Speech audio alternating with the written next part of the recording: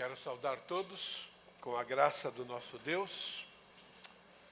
É muito bom ver vocês consagrando esse tempo para o nosso Deus. Hoje eu quero falar um pouco sobre a ceia do Senhor. Um pouco ou muito, não sei. Antes de colocar o título, eu quero introduzir o título. Quando Jesus esteve aqui presente, ele pregou muitas mensagens.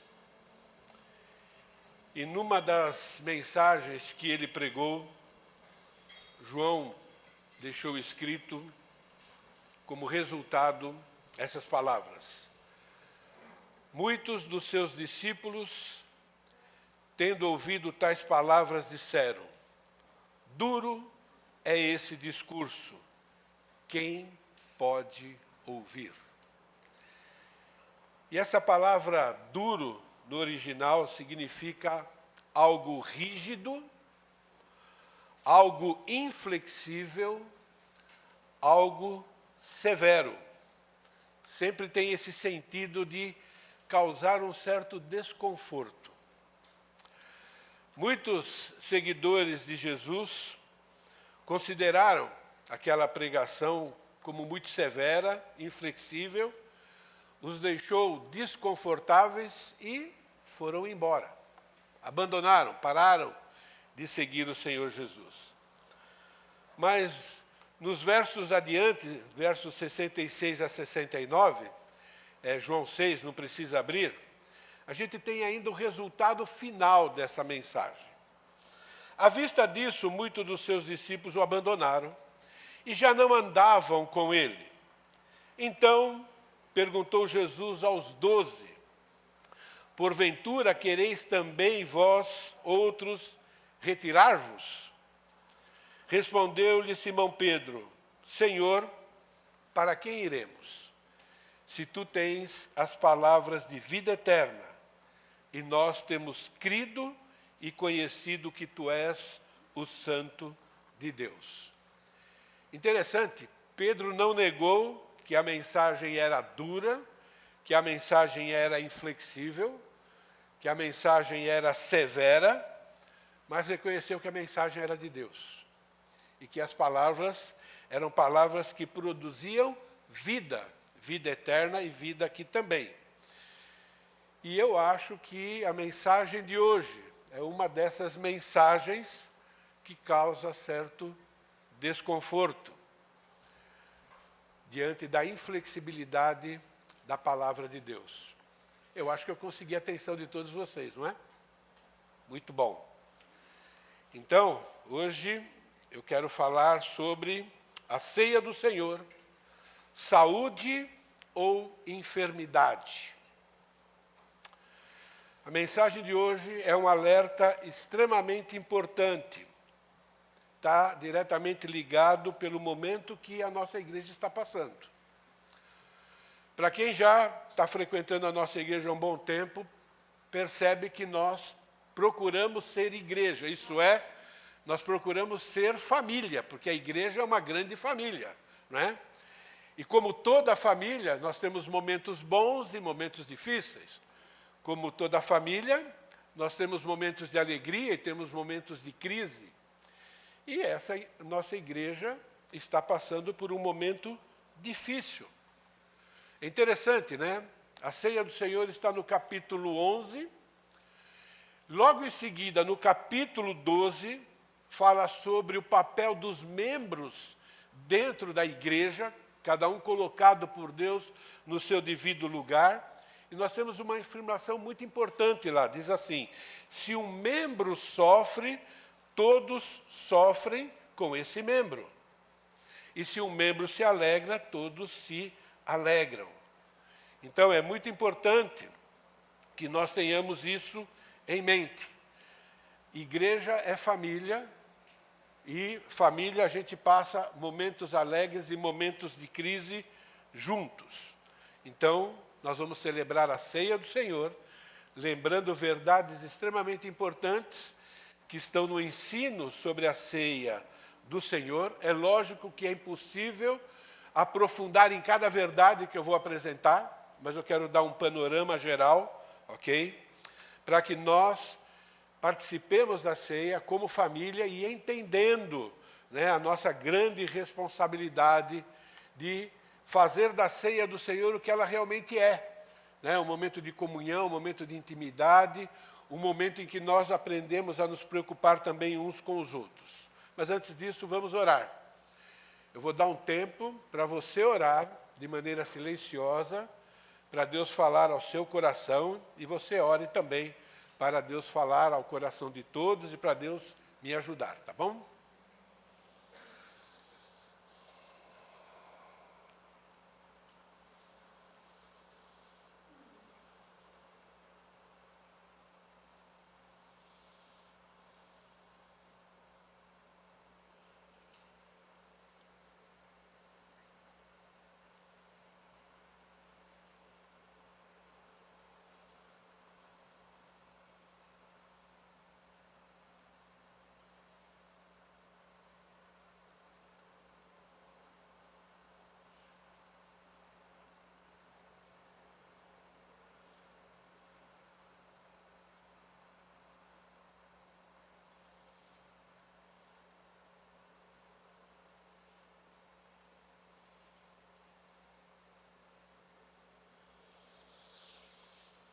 Querido Deus, o Senhor é o Deus Todo-Poderoso e nos deu a Tua palavra, que reflete, ó Pai querido, o Teu caráter, reflete a Tua vontade para a nossa vida, reflete, ó Pai querido, o Teu plano para o Teu povo, que se chama Igreja, ó Pai, e nos ensina muito como nós devemos aprender a nos tratar mutuamente, ó Pai. Nós nos chamamos irmãos, porque a Tua palavra assim o diz. Isso significa que nós somos uma grande família, cujo Senhor é o Pai. Jesus Cristo, ó Pai querido, é o nosso irmão mais velho, aquele que deve ser imitado.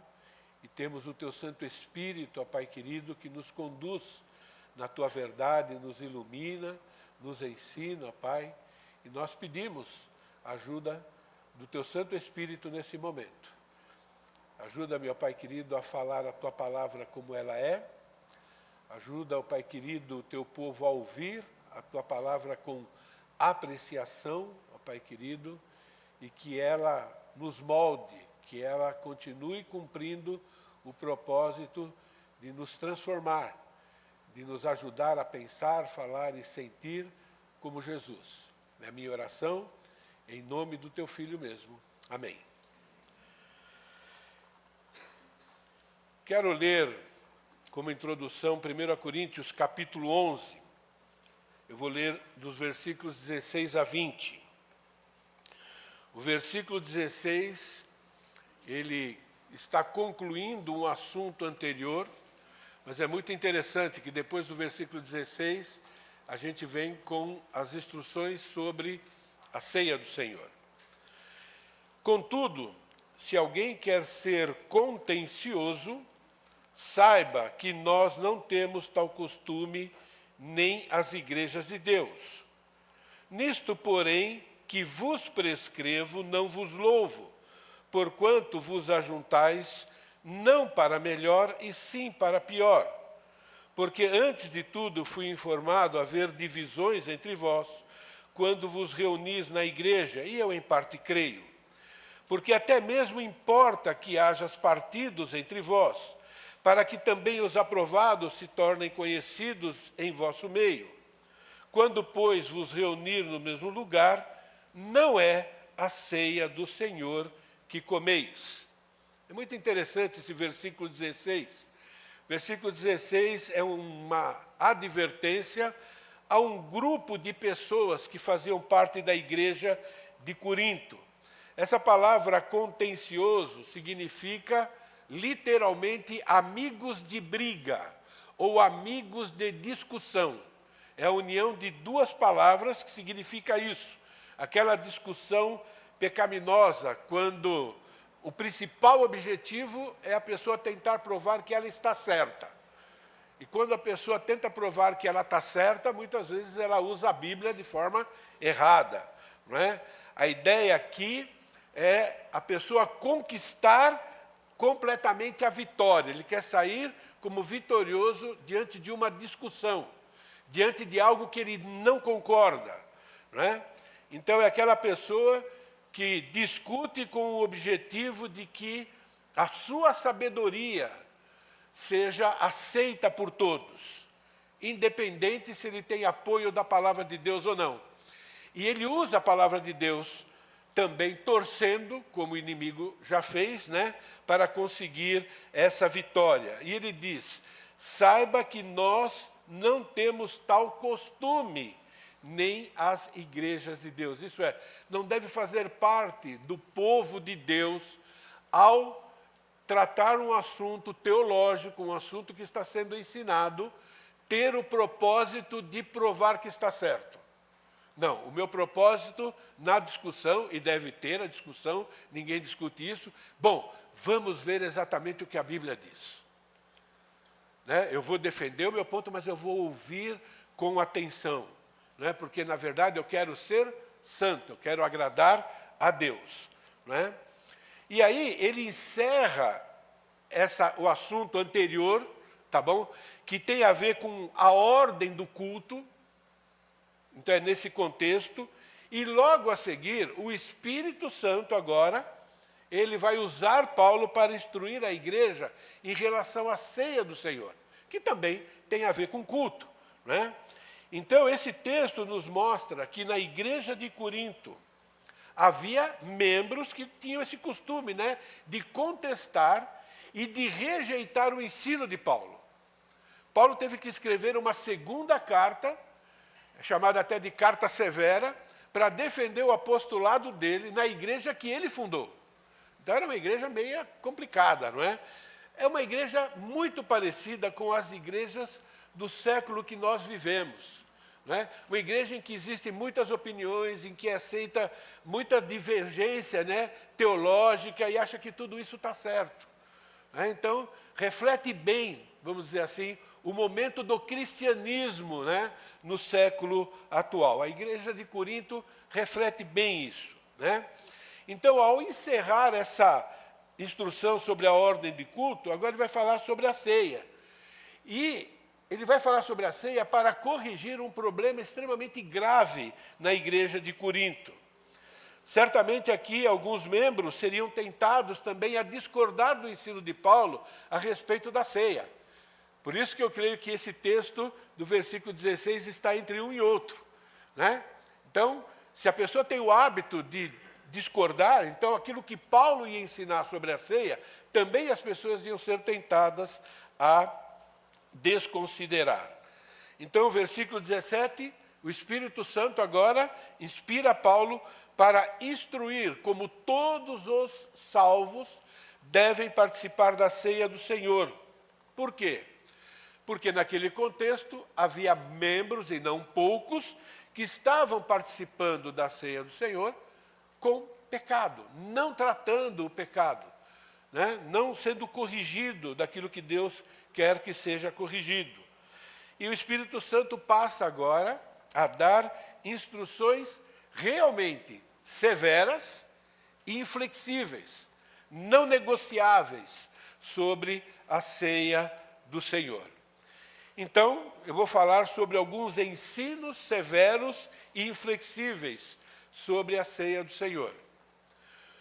O primeiro ensino severo e inflexível sobre a ceia do Senhor é que a ceia do Senhor deve ser celebrada conforme os princípios sobre relacionamentos interpessoais, princípios esses ordenados por Deus, sob o risco de sofrer penalidade grave.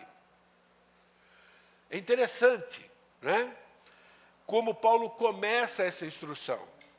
Versículo 17, nisso, porém, que vos prescrevo, não vos louvo, porquanto vos ajuntais, não para melhor, e sim para pior. A primeira instrução tem a ver com essa palavra, vos prescrevo. É uma palavra muito forte. É uma ordem muito intensa.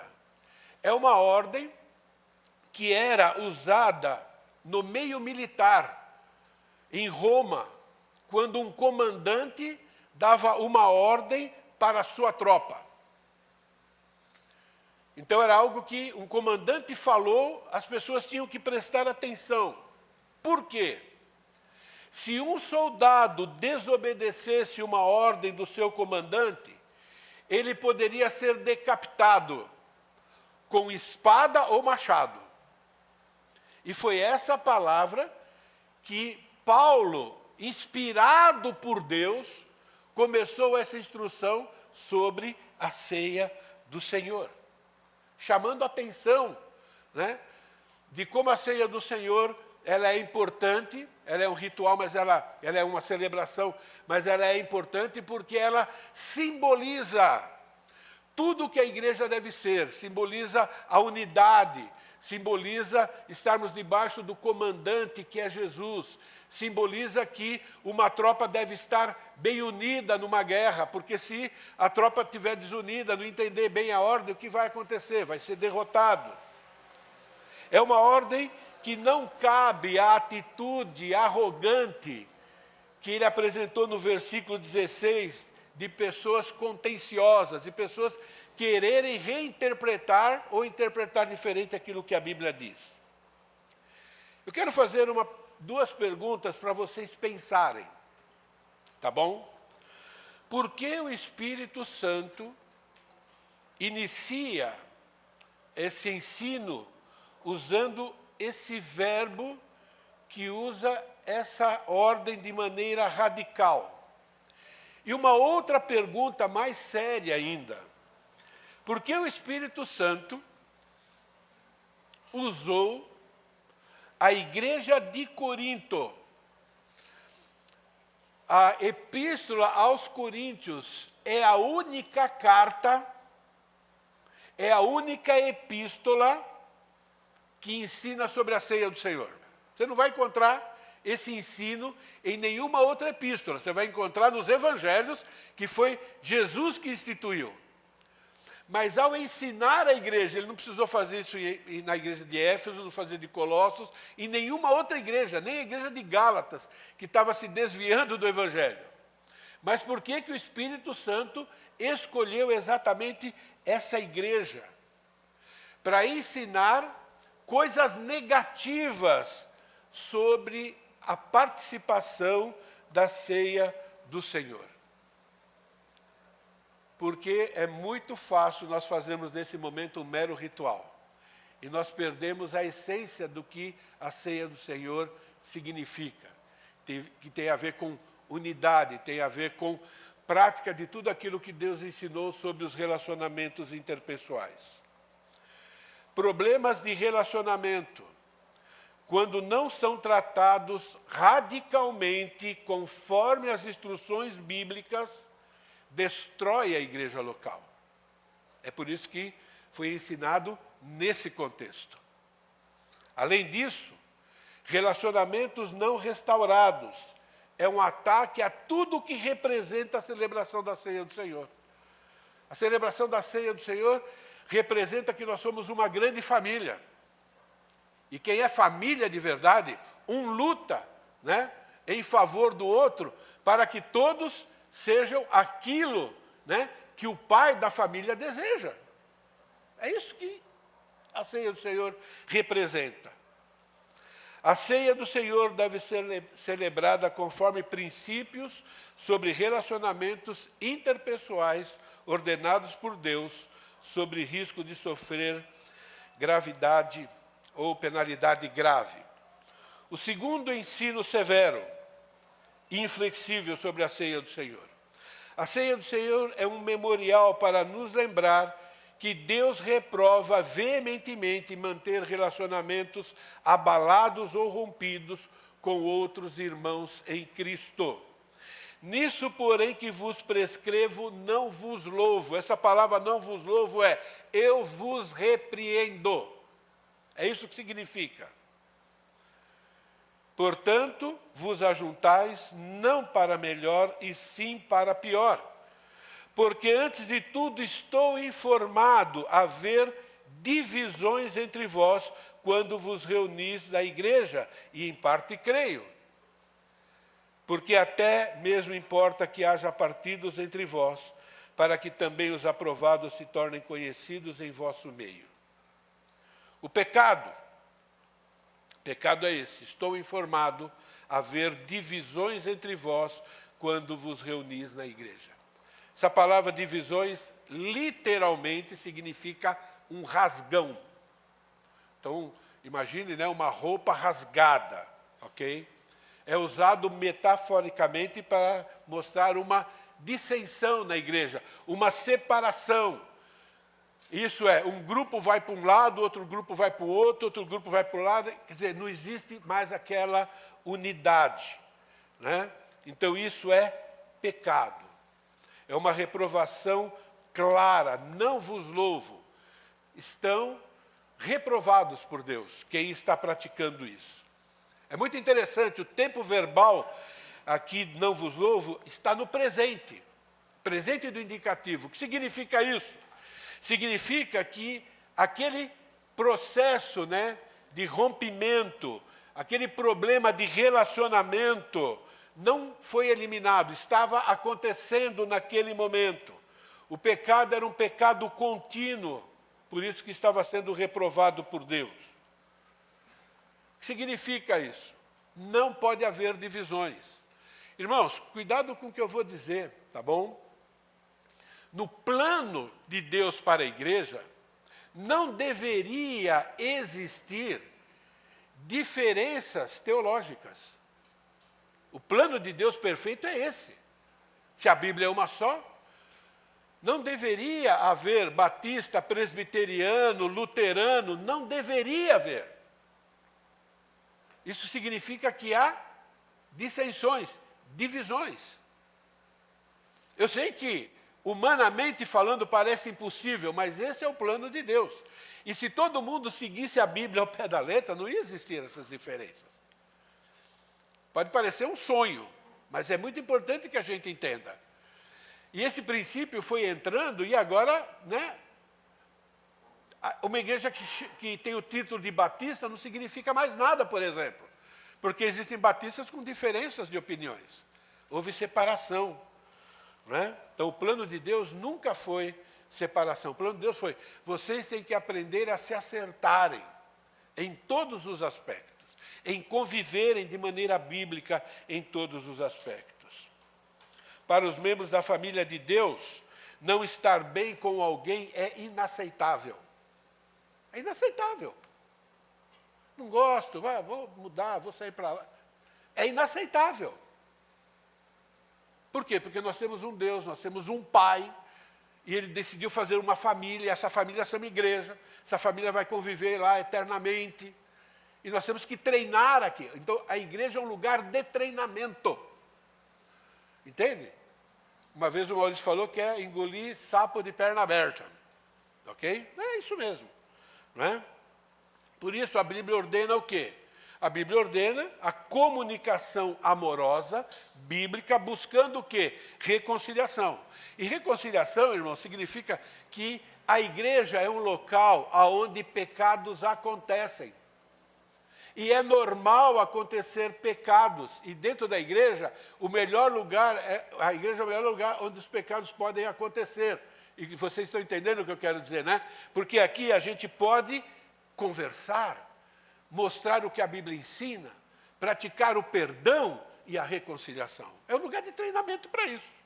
O problema é que a igreja virou agora um lugar onde as pessoas se encontram e cada um vem com uma máscara diferente, porque quer esconder aquilo que todo mundo já está vendo. Entende? Todo mundo já... Por exemplo, os irmãos já sabem quais são os meus defeitos, ou a grande maioria deles, mas a gente tenta negar. Qualquer tipo de separação, divisão por motivo egoísta é se ajuntar visando o mal. porquanto vos ajuntais não para melhor e sim para pior. Essa palavra não para melhor significa vocês não se juntam para prover um fim proveitoso.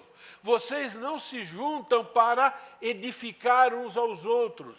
Está falando da igreja de Corinto, no contexto de ceia.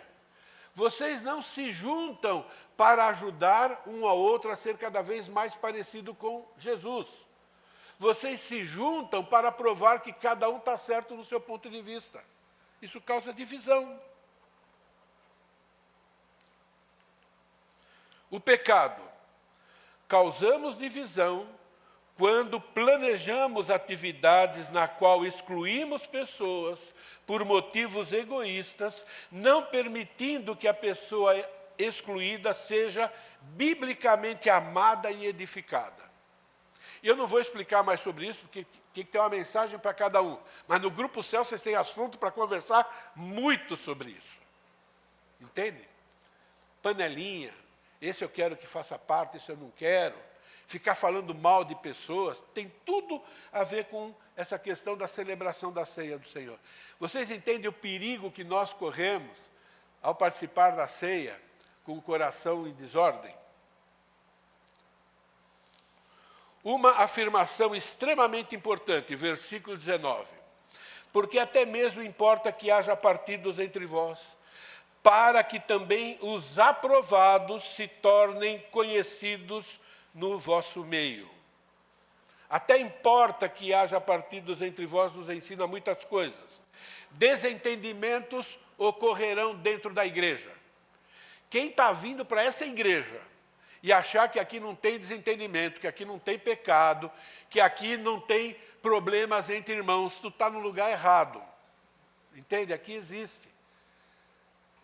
E a gente tem que trabalhar duro. E Deus está falando, a igreja foi criada para juntar essas pessoas, para aprender a lidar com isso. É isso.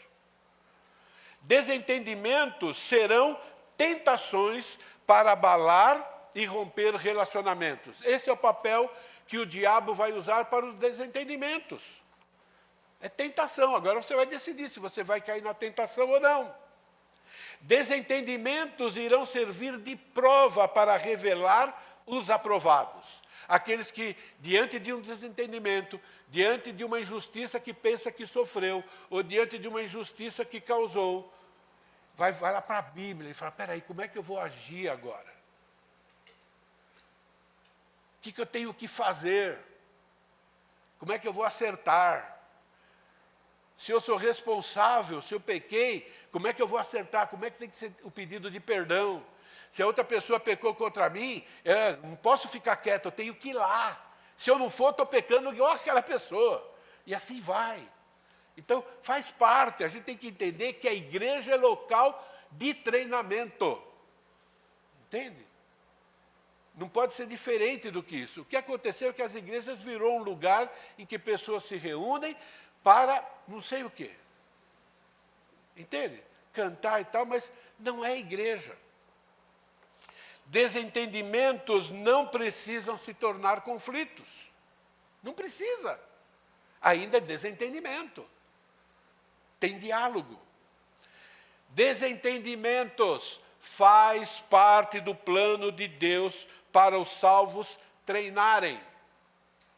Jesus se resumiu em duas atitudes. Qual foi? Isso, manso e humilde. Ué, ninguém aqui é manso e humilde de maneira perfeita. E Deus precisa de um lugar para treinar a gente. O lugar para treinar a gente é aqui. Isso é igreja. Um bando de pecador salvo, que não está mais contente com aquilo que era e que está contente em ser parecido com Jesus. E começa a suar para isso. Tudo bem, isso é igreja. Parece que a gente vem para a igreja, né? E acontece alguma coisa, nossa, esquecendo que a igreja é um lugar onde eu posso chegar até falar dos meus problemas, com pessoas maduras, a gente espera, para me ajudar. E não falar, nossa, irmão, você cometeu esse pecado? Hipocrisia. Entende? Aqui é o lugar para isso.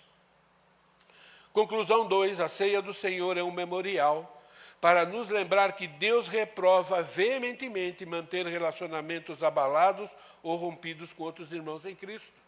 É isso que o Espírito Santo levou Paulo a ensinar sobre a ceia do Senhor. Terceiro ensino severo. A ceia do Senhor é um memorial para nos lembrar que manter relacionamentos abalados ou rompidos é um desprezo a todos os irmãos que pertencem à igreja, que é de Deus. Quando pois vos reunir no mesmo lugar, não é a ceia do Senhor que comeis, porque ao comer cada um toma antecipadamente a sua própria ceia, e há quem tenha fome, ao passo que também há quem se embriague. Não tendes, porventura, casa onde comer ou beber? Ou menosprezais a igreja de Deus e envergonhais os que nada têm? Que vos direi? Louvar-vos-ei nisto? Certamente não vos louvo, isso é, repreendo. Havia um desprezo lá. Nesse contexto aqui, né, pessoas com mais posses estavam depreciando ou menosprezando pessoas de menos posse. Desprezar começou a tratar a pessoa com falta de consideração. Desprezo é tratar a pessoa, né, considerando-a como inferior. Desprezo é desvalorizar qualidades de uma pessoa. Desprezo é considerar uma pessoa menos importante só porque ela não é aquilo que você gostaria que ela fosse, ou só porque ela não é igual a você. Nesse contexto fica claro que uma das divisões na igreja de Corinto tem aquele título chamado preconceito.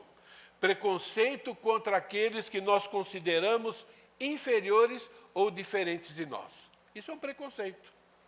Quando a gente acha que uma pessoa é inferior a nós, ou ela é diferente de nós, e na nossa opinião tem que ser igual a nós, criamos um preconceito. Existem vários tipos de preconceitos na sociedade e também dentro da igreja, que precisa ser combatido. Preconceito social, cultural, profissional, racial, sexual. Tem machismo dentro da igreja, tem feminismo dentro da igreja, é preconceito. Preconceito de idade. Preconceito de aparência, preconceito étnico, né? Depende de onde você nasceu. Isso existe. Se existe na sociedade, pode entrar isso dentro da igreja. A igreja de Coríntio tinha esses preconceitos. Irmãos, existem motivos egoístas dentro do nosso coração, porque apesar do nosso coração estar sendo transformado, do Espírito Santo habitar nele, ele ainda tem uma parte que ela é corrupta, que ela é podre. Entende? E nós precisamos identificar isso, para a gente poder trabalhar com Deus e contribuir com Ele. Panelinhas, por exemplo, existem por causa disso. Preferências. Não é? E a Bíblia diz que quando isso acontece, nós estamos atacando os filhos de Deus. E atacar os filhos de Deus é atacar Deus.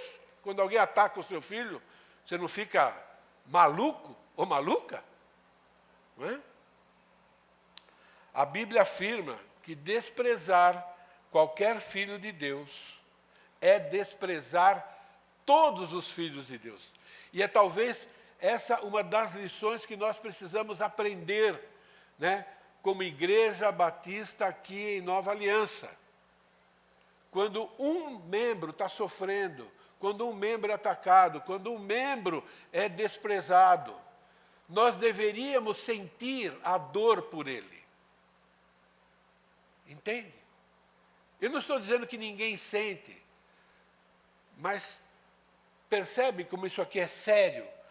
Quando o irmão é menosprezado, todos os irmãos maduros se sentem atacados. Por amor a ele e por amor a Deus. Talvez temos que treinar isso no nosso coração. Porque quando nós somos atacados, quando eu sou atacado, eu já vou agir. Quando não, reagir, né? Mas nós não fazemos isso quando a gente vê um outro irmão. Talvez, né, precisamos pensar um pouco nisso.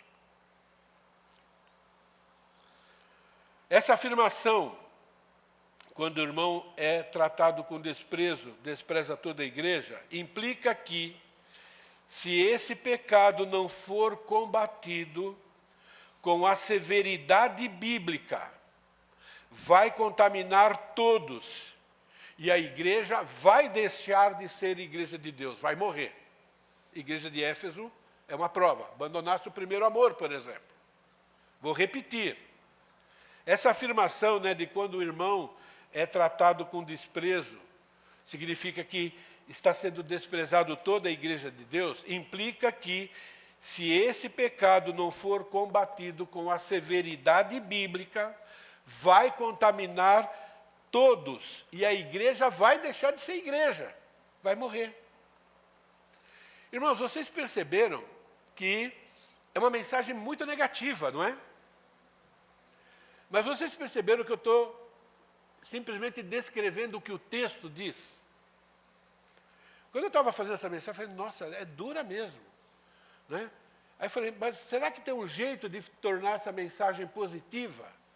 Aí eu pensei, peraí, mas Paulo está dizendo que é desse jeito.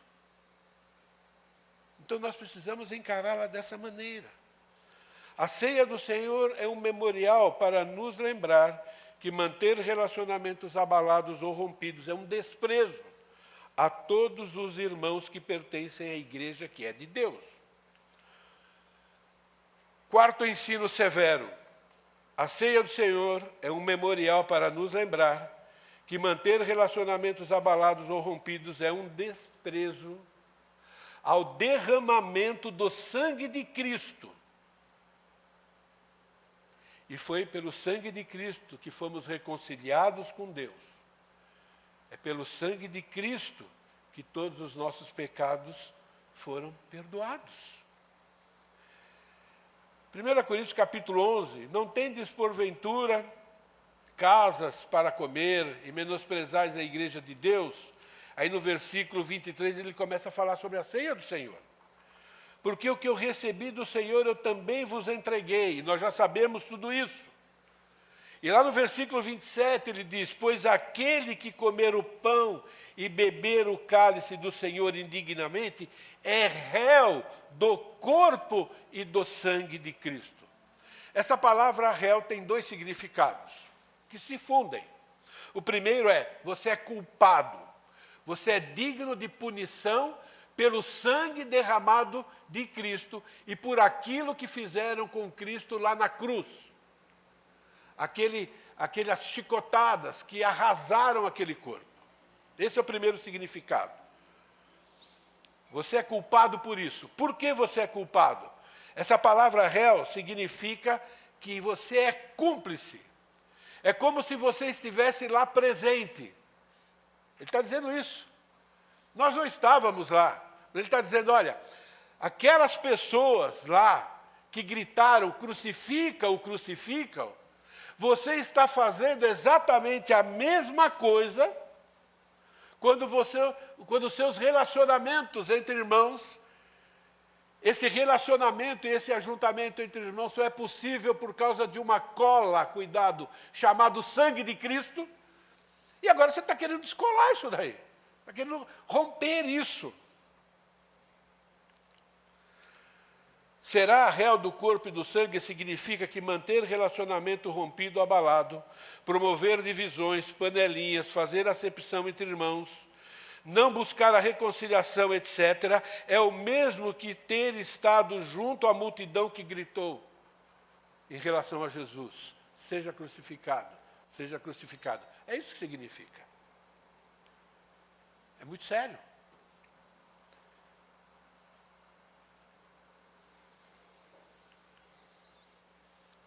Quinto ensino severo, a ceia do Senhor é um memorial para nos lembrar que manter relacionamentos abalados ou rompidos acarretará enfermidades que podem levar à morte. Isso aqui eu já preguei algumas vezes. Eis a razão do porquê há entre vós muitos fracos, doentes e não poucos que dormem. Você está vendo o estágio aqui?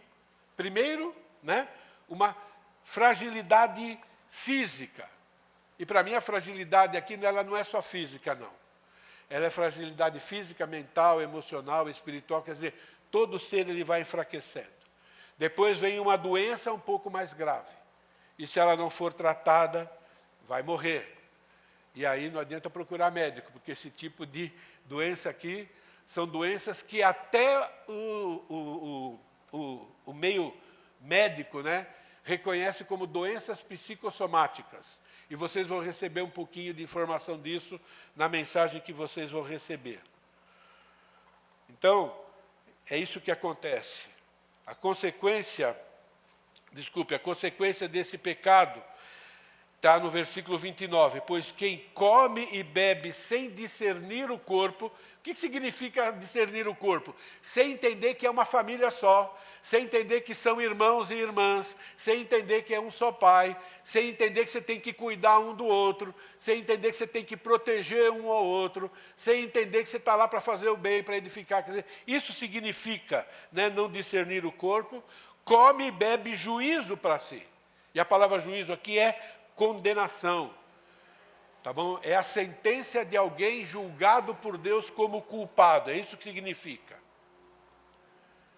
Nosso Deus é um Deus amoroso, mas Ele é um Deus inflexível também. Entende? Culpado. Versículo 30 mostra essa sequência, né? Deus, na sua misericórdia, né, começa a trazer uma fragilidade no corpo. Irmãos, eu não estou dizendo que toda doença tem a ver com esse pecado. Mas se nós não somos pessoas que ao ficarmos enfermos ou tivermos alguma fragilidade no corpo, não fizermos uma pergunta para nós mesmos, como é que está o meu relacionamento com os irmãos? Nós somos tolos. Muito tolos. Não pensa que é o acaso, não. Não pensa que é virose, não. Pode ser. Mas você tem que perguntar, eu estou bem com os meus irmãos? Tenho comunhão com todos eles? Tem alguém aí que me perturba? Tem alguém que eu fico reclamando? Tem alguém que eu fico maldizendo? Pensa nisso, porque eu estou lendo a Bíblia. Ok? Então, a ceia do Senhor é um memorial para mostrar que corremos perigo.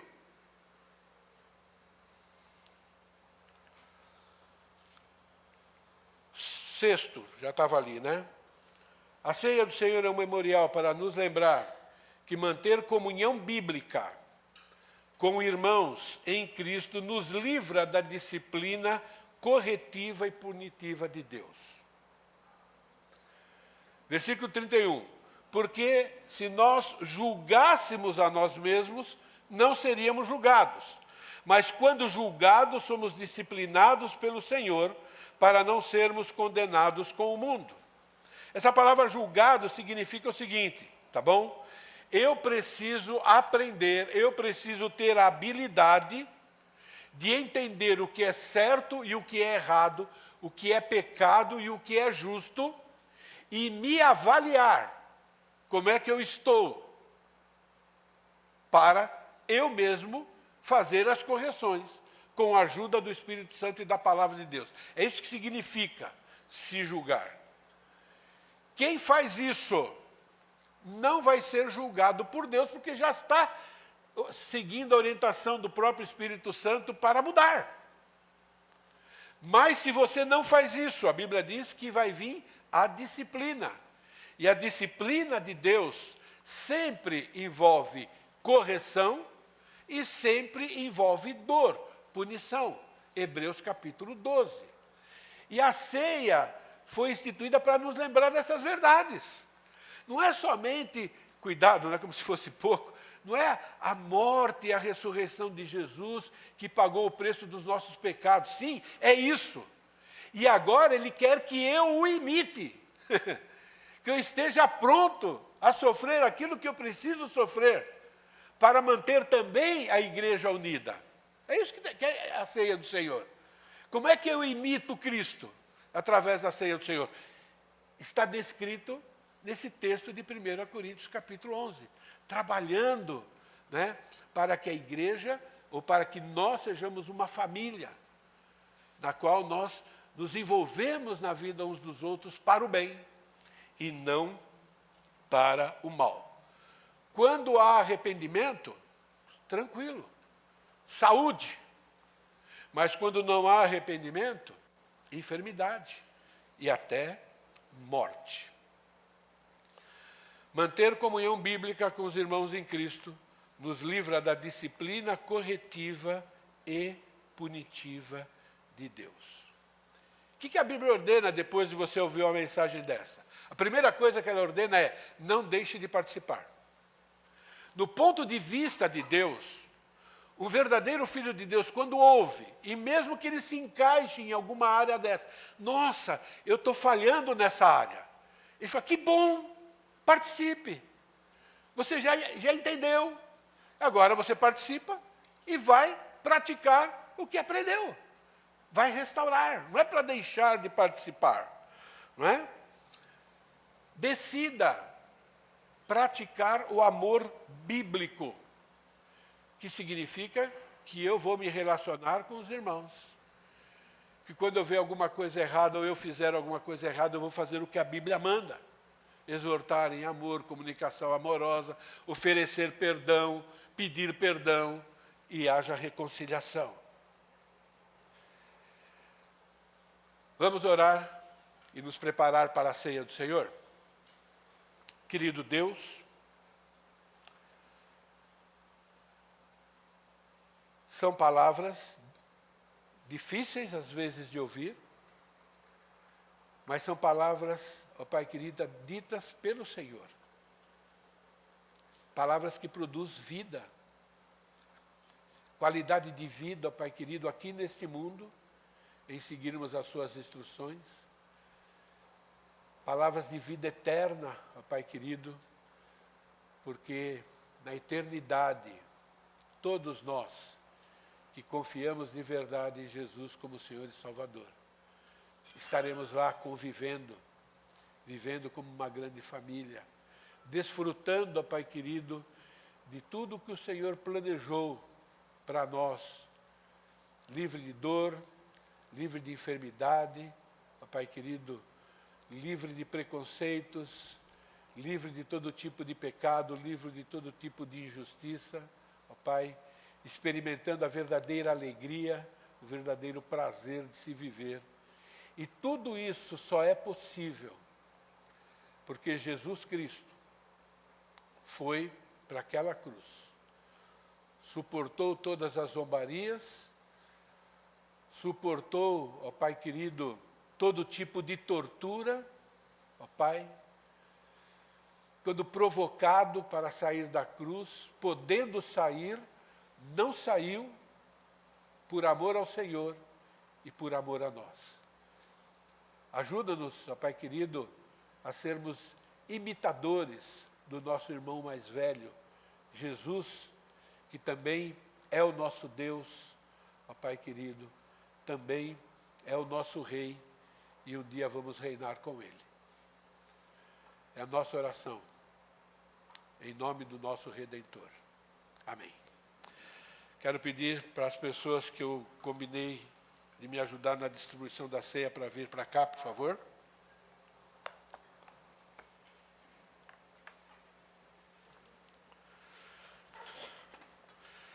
Participem sem constrangimento. Nosso Deus é um Deus bondoso e misericordioso. Um Deus que só quer nos corrigir e nos manter na linha. Esqueci de alguém? Não. Está aqui. Nossa, eu não te vi, rapaz. Me perdoe.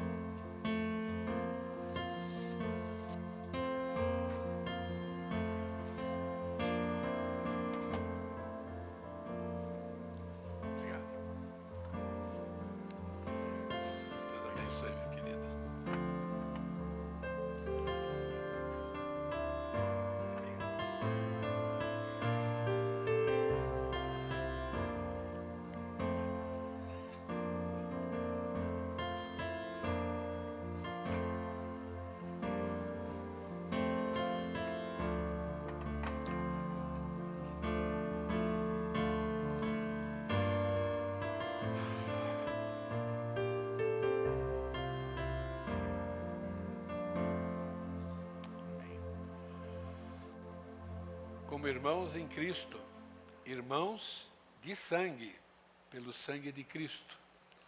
Comamos e bebamos a ceia do Senhor.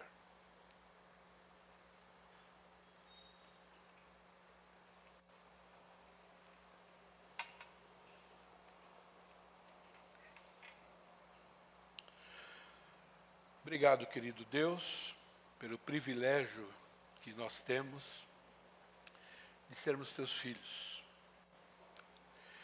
Fazermos parte dessa grande família conquistada pela obediência de Cristo. Obrigado, ó Pai querido, pelas tuas verdades. Ajuda-nos, ó Pai querido, a viver de verdade, como irmãos e irmãs, para a tua honra e tua glória, para que Cristo seja honrado através de nós, até aquele dia que cumprirá a promessa de que nos encontraremos frente a frente com o Senhor. Em nome de Cristo mesmo que eu oro. Amém. Intervalo, amados.